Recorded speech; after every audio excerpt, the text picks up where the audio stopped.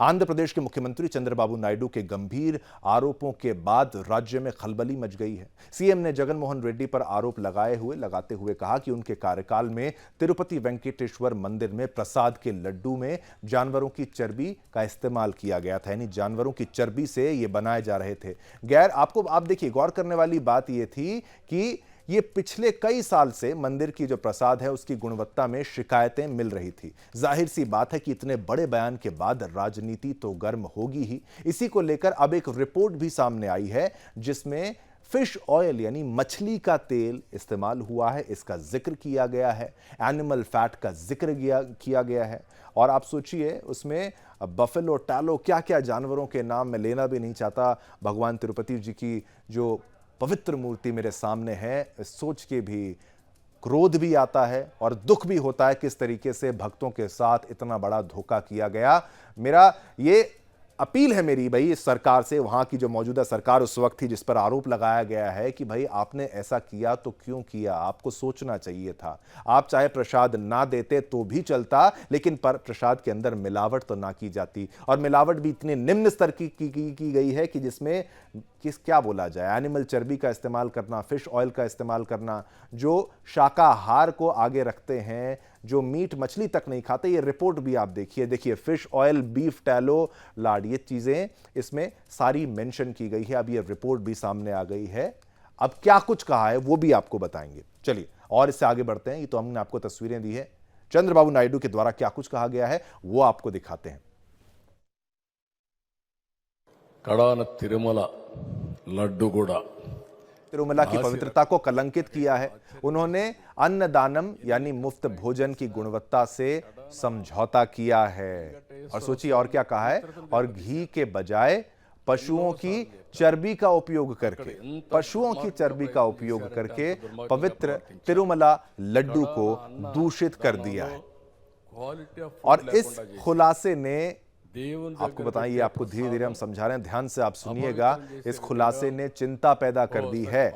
हालांकि अब हम शुद्ध घी का इस्तेमाल कर रहे हैं।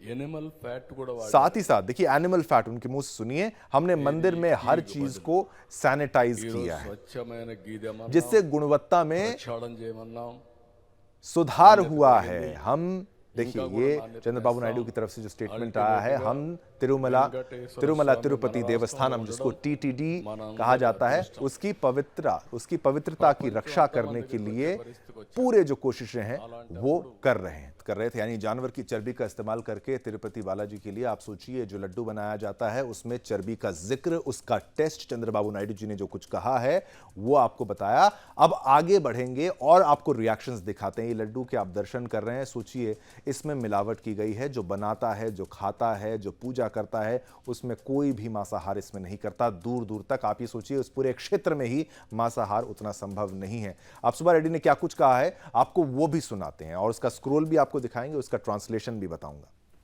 ये देखिए, चंद्रबाबू नायडू ने दिव्य तिरुमाला मंदिर की पवित्रता और करोड़ों हिंदुओं की आस्था को नुकसान पहुंचाकर बहुत बड़ा पाप किया है। भाई उन्होंने सत्य बता के पाप किया, ये कह रहे हैं। चंद्रबाबू नायडू द्वारा तिरुमाला के प्रसाद पर की गई टिप्पणी बेहद घटिया है। मनुष्य जाति में जन्मा कोई भी व्यक्ति ऐसे शब्द नहीं बोल सकता और ना ही ऐसे आरोप लगा सकता है। एक बार फिर यह साबित हो गया है कि राजनीति के लिए चंद्रबाबू नायडू कुछ भी गलत करने से नहीं हिचकिचाएंगे। ये एक बार फिर साबित हो गया है कि देखिए, चंद्रबाबू नायडू राजनीतिक फायदे के लिए कुछ भी बुरा करने से नहीं हिचकिचाएंगे। ये आरोप, ये रिएक्शन, काउंटर, चंद्रबाबू नायडू के सवाल का जवाब, आरोप का जवाब। आगे क्या कह रहे हैं, भक्तों के विश्वास को मजबूत करने के लिए मैं और मेरा परिवार तिरुमाला प्रसाद के मामले में भगवान के गवाह के रूप में शपथ लेने के लिए तैयार हैं। क्या चंद्रबाबू नायडू भी अपने परिवार के साथ शपथ लेने के लिए तैयार हैं? ये वाई सुब्बा रेड्डी, राज्यसभा सांसद YSRCP के, इन्होंने, क्योंकि आरोप इनकी पार्टी पर लगा, वो आपको बता। अब इस खबर पर ग्राफिक्स के माध्यम से आपको और जानकारी देते हैं क्या है मामला, और इसमें जानकारी आप देखिए, समझिए। 1803 में टीटीडी ने बूंदी का प्रसाद वितरित करना शुरू किया था। टीटीडी तिरुमला की तरफ से, यानी मंदिर प्रशासन की तरफ से 1940 में बूंदी की जगह लड्डू प्रसाद के रूप में दिया जाने लगा। तो सोचिए कब से बूंदी का प्रचलन है। 1950 में टीटीडी ने लड्डू बनाने में इस्तेमाल होने वाली सामग्री की मात्रा, वो देखिए 2001 में दित्तम को संशोधित किया गया और फिलहाल इसकी वही मात्रा लागू है। दित्तम को पादित्राम दित्तम पैमाना कहा जाता है, जिसमें 51 सामग्रियों का इस्तेमाल किया जाता है। 51 सामग्रियां, हर चीज में एक ज्ञान है, एक महत्व है। प्रसाद के लिए हर दिन तकरीबन 3 लाख लड्डू बनते हैं। 3 लाख लड्डू बनाना, सोचिए। प्रसाद के लिए हर दिन लगभग 10,000 किलो घी का उपयोग होता है। तिरुपति बालाजी का प्रसाद लड्डू को एक कन्वेयर बेल्ट के जरिए मंदिर के मुख्य परिसर में भेजा जाता है। भगवान का भोग लगता है। लड्डू में काजू है, मुनक्का है, कलाकंद है और इलायची मिलाई जाती है। चर्बी नहीं मिलाने का प्रावधान है। अगर ऐसा हुआ है तो यह भावनाओं को आहत करता है। प्रसाद निर्माण, प्रसाद के लड्डू बनाने वाली रसोई के वर्कर साफ सफाई का बहुत ख्याल रखते हैं। यह नियम है। वर्कर अपनी हथेलियों पर घी लगाकर इस मिश्रण को लड्डू का आकार देते हैं। लड्डू भगवान वेंकटेश्वर का खास प्रसाद जो है वो माना जाता है। और लड्डू को ग्रहण, उसका महत्व क्या है, किए बिना बालाजी का दर्शन पूरा नहीं माना जाता। बालाजी जो है अपने भक्त को भूखा नहीं भेजते। तिरुपति बालाजी में रोजाना तकरीबन 1 लाख भक्त लड्डू ग्रहण करते हैं। 3 लाख तो लड्डू बनते हैं। सोचिए, आंकड़ा ज्यादा ही होगा, हम कम बताएंगे। लड्डू को भक्त बहुत सम्मान के साथ ग्रहण करते हैं, परिवार को देते हैं। भक्त लड्डू को अपने करीबियों और परिजनों में बांटते हैं, जैसा कि मैंने आपको कहा। और विवाद क्या है, जो प्रसाद का विवाद है, वाईएसआर कांग्रेस पार्टी पर सरकार ने प्रसाद की गुणवत्ता से समझौता करने का आरोप लगा था। तो ये तिरुपति बालाजी मंदिर है। तिरुपति बालाजी मंदिर का इतिहास 9वीं शताब्दी से शुरू होता है। पुराने से पुराना इतिहास। इस मंदिर का निर्माण थोंडामन राजा ने करवाया था। ये कैसे बनाया गया, किसने बनाया गया, वो आपको बता रहे हैं। यह मंदिर आंध्र प्रदेश के चित्तूर जिले के तिरुमला पर्वत पर बना है। यह मंदिर भगवान विष्णु के अवतार वेंकटेश्वर को समर्पित है। यह मंदिर की खासियत आपको बता रहे हैं।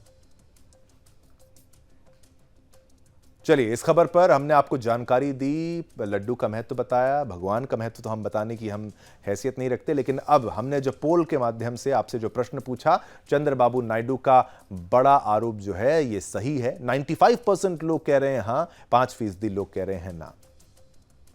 इसमें एक बड़ी बात आपको मैं ये बताऊं कि भाई जो घी इस्तेमाल किया गया था उसमें जो कंटामिनेशन है, एडल्टरेशन जिसको अंग्रेजी में कहा जाता है, यानी कि मिलावट, साफ तौर पर आप हमेशा ध्यान रखिए। आप जो घर में भी इस्तेमाल करते हैं उस घी के बारे में भी सोचिए और भगवान को अच्छे घी से भोग लगाएं और अच्छे घी से जोत जलाएं।